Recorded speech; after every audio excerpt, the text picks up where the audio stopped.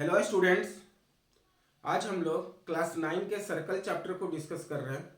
ठीक है, इससे पहले इस चैप्टर पर हमने 3 वीडियो और बना चुके हैं, तो आप लोग जाकर पहले उन वीडियो को देख लीजिएगा जो स्टूडेंट नहीं देखे हैं।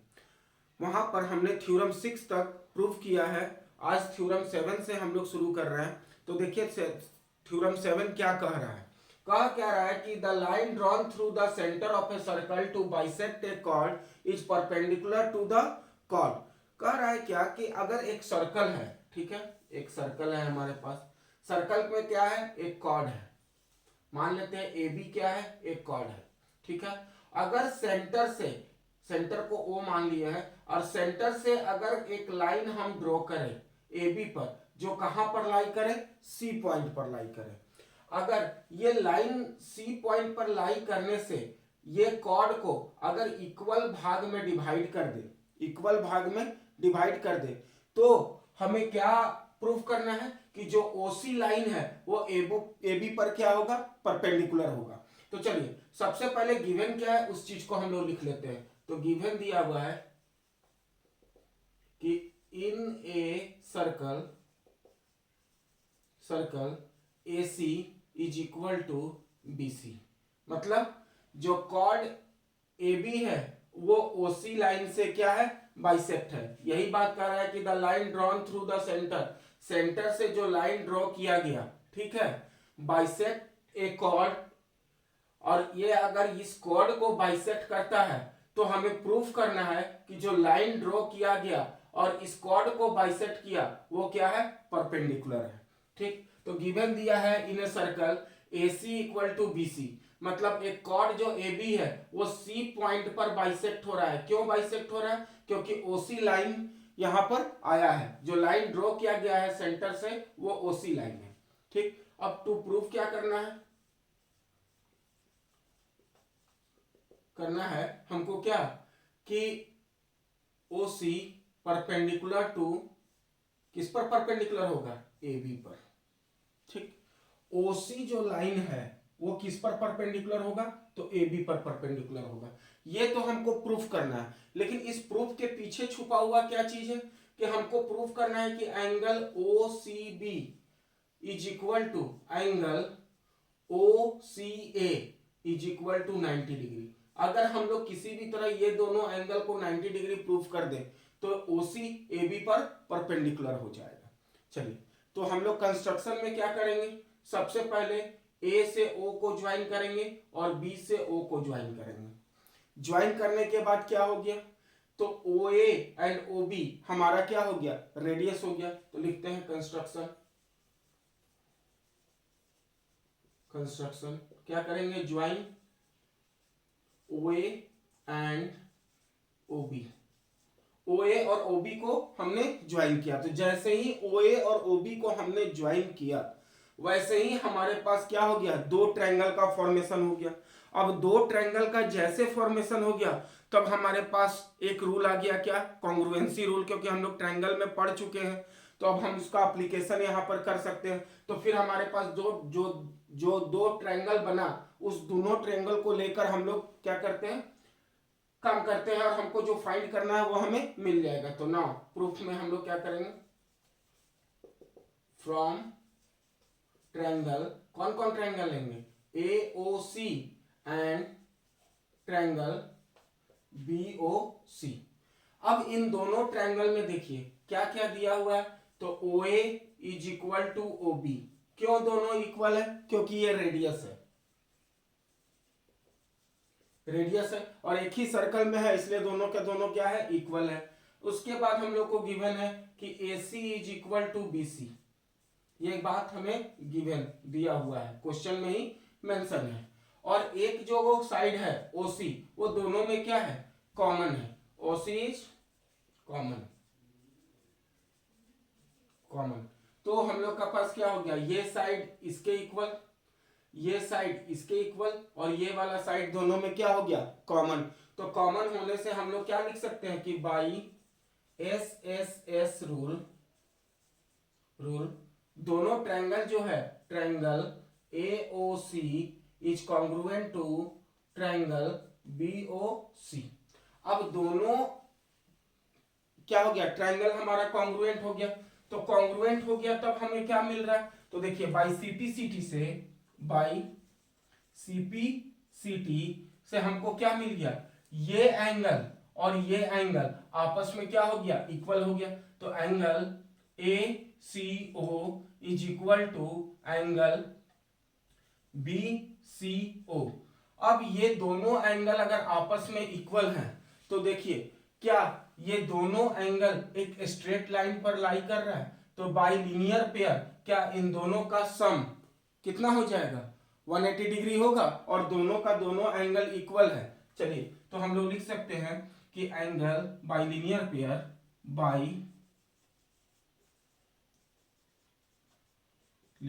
Pair angle ACO plus angle BCO is equal to 180 degree.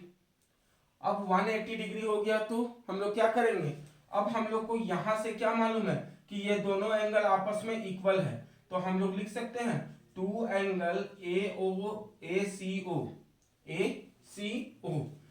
एक बार BOC के जगह पर BOC का वैल्यू AOC पुट कर देते हैं तो 2 एंगल AOC आ जाएगा, या फिर यहां पर AOC के जगह पर BOC पुट कर देंगे तो 2 एंगल BCO आ जाएगा और इसका वैल्यू क्या हो जाएगा 180 डिग्री। अब 2 कॉमन लेके उधर डिवाइड कर देंगे तो angle ACO is equal to angle BCO is equal to 90 degree.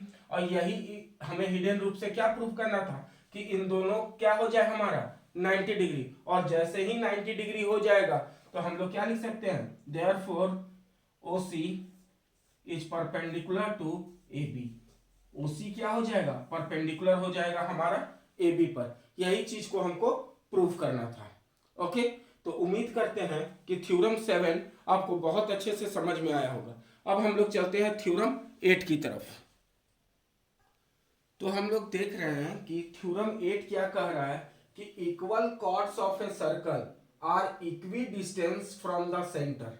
ठीक है, इक्वी डिस्टेंस का मतलब क्या होता है, अगर हमारे पास इक्वल कॉर्ड है, ठीक है, तो कह रहा है कि वो दोनों कॉर्ड सेंटर से इक्वी डिस्टेंस मतलब कि दोनों के बीच का जो डिस्टेंस होगा वो इक्वल होगा। क्लियर, तो डिस्टेंस क्या कहलाता है, अगर मान लीजिए हम लोग एक ट्रायंगल की बात करें, इस ट्रायंगल में इस वर्टेक्स से इस लाइन का अगर हमको डिस्टेंस निकालना है तो हम लोग क्या करते हैं, परपेंडिकुलर ड्रॉ करते हैं, और ये जो परपेंडिकुलर हाइट होता है इसी को हम लोग क्या कहते हैं, डिस्टेंस कहते हैं। ठीक, तो मान लेते हैं अब यहाँ बात कर रहा है इक्वल कॉर्ड्स का, तो कॉर्ड जब भी होगा वो सर्कल के अंदर होगा। तो चलिए यहाँ पर एक हमारे पास क्या है, सर्कल है। अब सर्कल में क्या कह रहा है, इक्वल कॉर्ड, कोई भी इक्वल कॉर्ड ड्रॉ कर दीजिए। मान लीजिए हम इसको मान लेते हैं कि AB मेरे पास क्या है, एक कॉर्ड है जो इक्वल है किसके, CD के। अब यहां पर दो कॉर्ड हो गया हमारे पास जो इक्वल है, एक हो गया AB और दूसरा हो गया CD। ठीक है, अब AB और CD को जब हम सेंटर से जोड़ते हैं तो हमारे पास क्या हो गया, एक ट्रायंगल बन गया। ठीक है, अब ये वाले ट्रायंगल और ये वाले ट्रायंगल का अगर हमको डिस्टेंस निकालना होगा तो इस वर्टेक्स से हमको एक परपेंडिकुलर ड्रॉ करना होगा और इस वर्टेक्स से हमको एक परपेंडिकुलर ड्रॉ करना होगा। ठीक है, और यही दोनों जो डिस्टेंस होगा इसी को हम लोग को निकालना है कि ये दोनों इक्वल होगा। मान लीजिए इसको O मान लेते हैं, इसको मान लेते हैं E और इसको मान लेते हैं F। ठीक, तो हमको क्या प्रूफ करना है कि OE जो है वो OF के इक्वल है, OE और OF क्या है, आपस में इक्वल है। यही चीज को हमको प्रूफ करना है। ठीक है, तो गिवन क्या क्या दिया हुआ है पहले उसको हम लोग लिख ले। तो गिवन दिया हुआ है क्या कि equal chords of a circle, equal chord दिया हुआ है मतलब AB is equal to CD। अब AB एंड CD अगर हमको इक्वल दिया है और अगर वो इक्वी डिस्टेंस है, इक्वी डिस्टेंस की बात किया गया है, डिस्टेंस की बात किया गया है, तो यहां पर एक चीज और दिया हुआ है क्या कि OE जो है वो मेरा परपेंडिकुलर है AB पर एंड OF जो है वो मेरा परपेंडिकुलर है CD पर। ठीक है, क्योंकि डिस्टेंस की बात कर रहा है। अब जो OE और OF जो डिस्टेंस बना इसी को हमको इक्वल प्रूफ करना है। तो प्रूफ क्या करना है,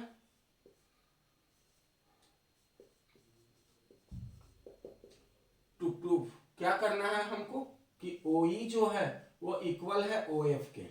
अब ये चीज को हमको प्रूफ कर देना है कि OE और OF इक्वल है।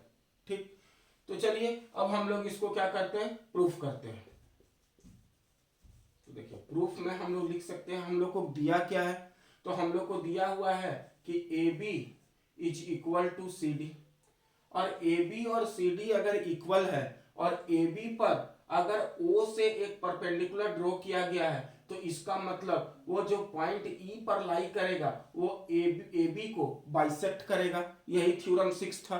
थ्योरम 6 यही था ना कि जब कोई लाइन सेंटर से कोड पर पड़ता है और कोड पर 90 डिग्री का एंगल बनाता है, मतलब अगर परपेंडिकुलर रहता है तो ये कॉर्ड को क्या करता है, बाइसेक्ट करता है। सिमिलरली तो यहां पर भी वही कंडीशन हो जाएगा, अगर CD पर OF परपेंडिकुलर है तो CD को दो इक्वल भाग में बांटेगा। तो अब AB और CD अगर हमारे पास इक्वल कॉर्ड है तो क्या हम इसको दोनों साइड हाफ से डिवाइड कर सकते हैं, तो half AB is equal to half CD।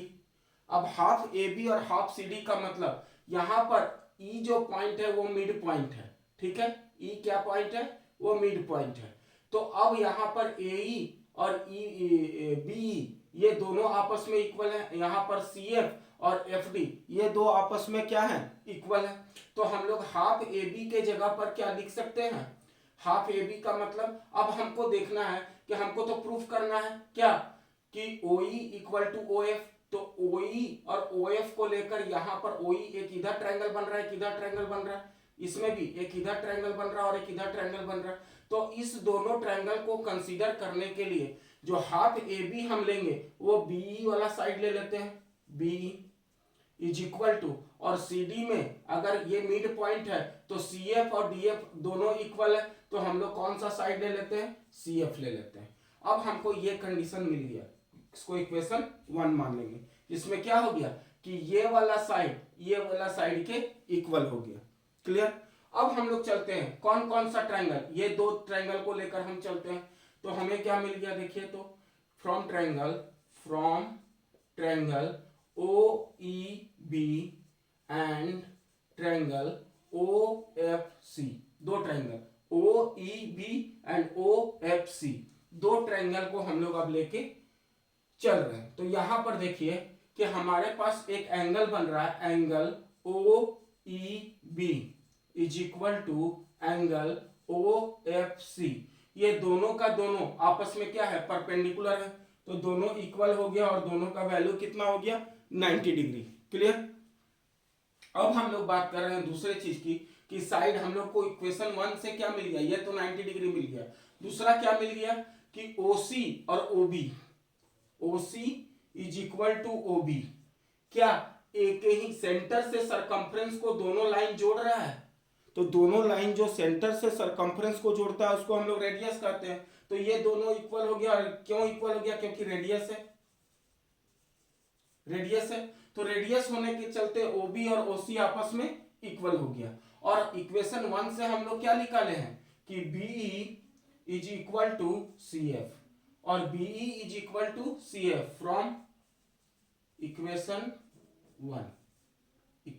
1 से हमने क्या निकाला है कि जो BE है वो CF के इक्वल है। तो अब देखिए इन दोनों ट्रायंगल की बात करें तो एक 90 डिग्री वाला एंगल, उसके सामने वाला साइड और एक साइड, मतलब कौन सा रूल को दे रहा है, तो बाई RHS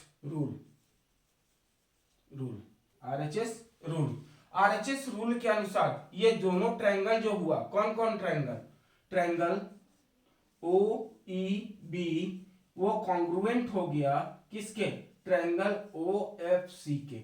अब दोनों ट्रायंगल जब आपस में कॉन्ग्रुएंट हो गए तो हम लोग क्या कर सकते हैं, बाई CP/CT। अब ये दोनों ट्रायंगल आपस में कॉन्ग्रुएंट हो गए, तो कॉन्ग्रुएंट हो गए तो उनका कोरस्पॉन्डिंग जो साइड्स है वो भी इक्वल होगा। तो यहां पर क्या हो जाएगा, OE is equal to OF, यही हमको प्रूफ करना था। कि OE और OF दोनों क्या होगा, इक्वल डिस्टेंस पर होगा। कब, जब दोनों कॉर्ड इक्वल होगा। तो अब दोनों कॉर्ड ही नहीं, अब इस पे कितना भी हम कॉर्ड बना ले, कितना भी कॉर्ड बना ले, अगर सारे कॉर्ड का अगर लेंथ इक्वल है, सारे कॉर्ड का अगर लेंथ क्या है, इक्वल है, तो वो सारे कॉर्ड का जब हम डिस्टेंस सेंटर से निकालेंगे तो वो इक्वल होगा। वो क्या होगा, इक्वल होगा। इसी को कहा गया है equidistance from the centre. और इसी के साथ ये थ्योरम प्रूफ हो गया। तो उम्मीद करते हैं कि ये थ्योरम आपको बहुत अच्छे से समझ में आया होगा। अब चलिए थ्योरम 9 की तरफ। चलिए अब हम लोग थ्योरम 9 को देखते हैं। थ्योरम 9 क्या कह रहा है, उसके स्टेटमेंट को पहले हम लोग समझते हैं। कह रहा है the chords of a circle which are equi distance.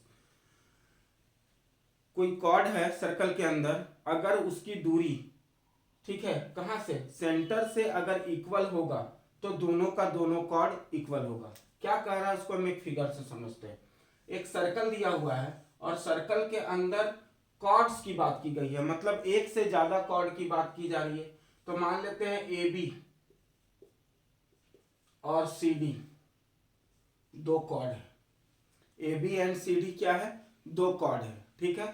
अब ये दोनों कॉर्ड पर हम सेंटर O से डिस्टेंस ड्रॉ करते, तो डिस्टेंस कब देंगे, जब यहां पर इस पर एक परपेंडिकुलर ड्रॉ करेंगे और यहां से भी हम एक परपेंडिकुलर ड्रॉ करेंगे, ठीक है।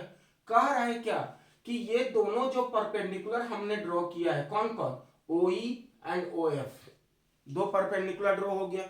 अब कह रहा है क्या कि the chords of a circle which are equidistance, मतलब ये कॉर्ड की दूरी सेंटर से और CD कॉर्ड की दूरी सेंटर से, मतलब OE इक्वल टू OF दिया हुआ है। अब गिवन में हमको क्या मिल गया कि OE is equal to OF, ठीक। अब हमको प्रूफ करना है क्या कि अगर ये दोनों डिस्टेंस मेरा अगर इक्वल है तो दोनों कॉर्ड मेरा क्या होगा, इक्वल होगा। ये थ्योरम नंबर 9 का स्टेटमेंट कह रहा है।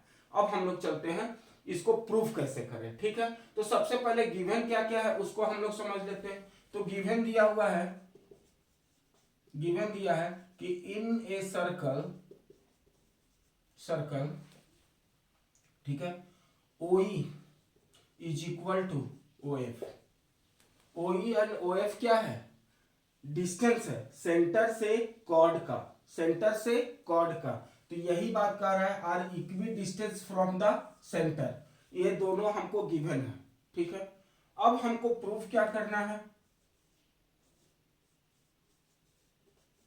प्रूफ करना है कि AB जो कॉर्ड होगा, AB जो कॉर्ड होगा वो इक्वल होगा CD के। AB और CD का जो डिस्टेंस होगा वो दोनों का दोनों इक्वल होगा। तो चलिए अब हम लोग क्या करते हैं कंस्ट्रक्शन में, कंस्ट्रक्शन में हम लोग करते हैं join OA OB OC and OD। जो कॉर्ड के एंड पॉइंट्स है उसको हम लोग सेंटर से ज्वाइन कर देते हैं, ठीक है। इसको यहां से ज्वाइन कर दिए, इसको यहां से ज्वाइन कर दिए, इसको यहां से ज्वाइन कर दिए और इसको यहां से ज्वाइन कर दिए।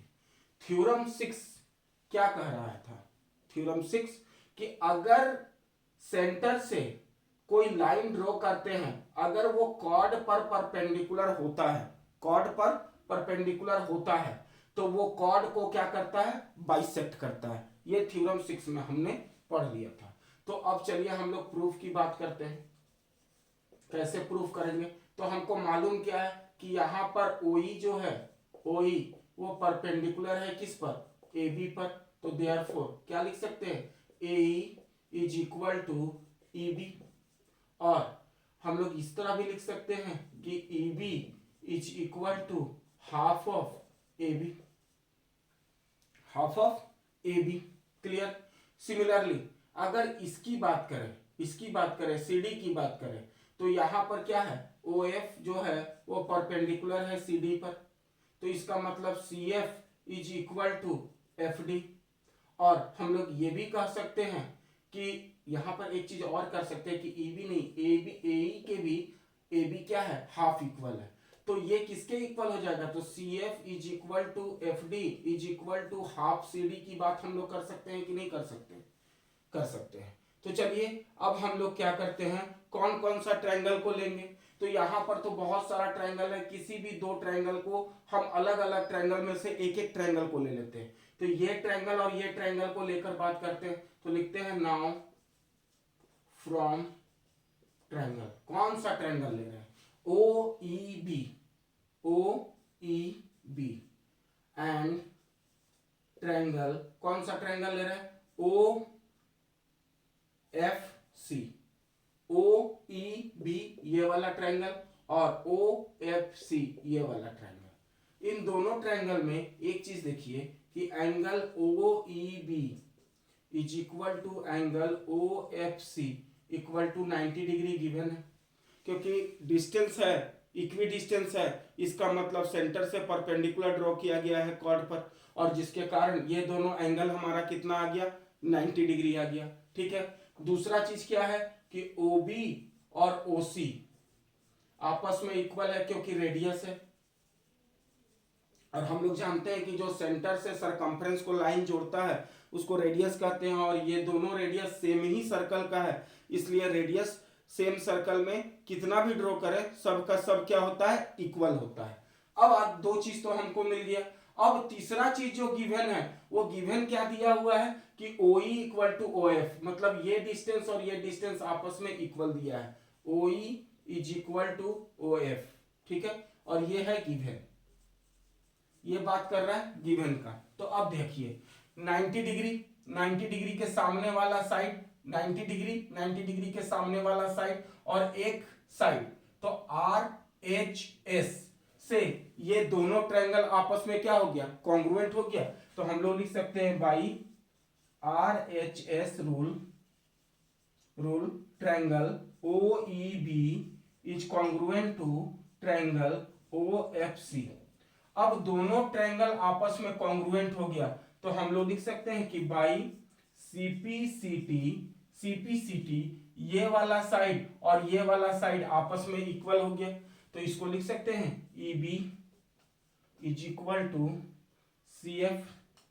अब इन दोनों में अगर हम 2 से मल्टीप्लाई कर दें, 2 से मल्टीप्लाई कर दें दोनों साइड, तो क्या हो जाएगा 2EB is equal to 2CF। अब 2EB और 2CF जब आपस में इक्वल हो गया तो इसका डबल अगर करेंगे तो ये दोनों तो इक्वल है, तो इसका डबल करेंगे तो पूरा का पूरा क्या बन जाएगा, AB बन जाएगा, और वो किसके इक्वल हो जाएगा, अब CF का डबल किए हैं तो ये क्या बन जाएगा, CD। और यही चीज हमको प्रूफ करना था क्या, कि जब इक्वी डिस्टेंस होगा कॉर्ड तो दोनों कॉर्ड का जो वैल्यू होगा वो इक्वल होगा। अब मान लीजिए यहां पर हम तीसरा कॉर्ड बना दें, तो तीसरा कॉर्ड भी अगर इक्वी डिस्टेंस होगा तो तीसरा कॉर्ड भी इन दोनों कॉर्ड से क्या होगा, इक्वल होगा। यही बात कह रहा है थ्योरम 9। तो उम्मीद करते हैं आज आपको थ्योरम 7, 8 और 9 बहुत अच्छे से समझ में आया होगा। नेक्स्ट क्लास में आएंगे तो जो बचे हुए थ्योरम हैं इस सर्कल चैप्टर के उसको हम लोग डिस्कस करेंगे। आज के लिए इतना ही, थैंक यू।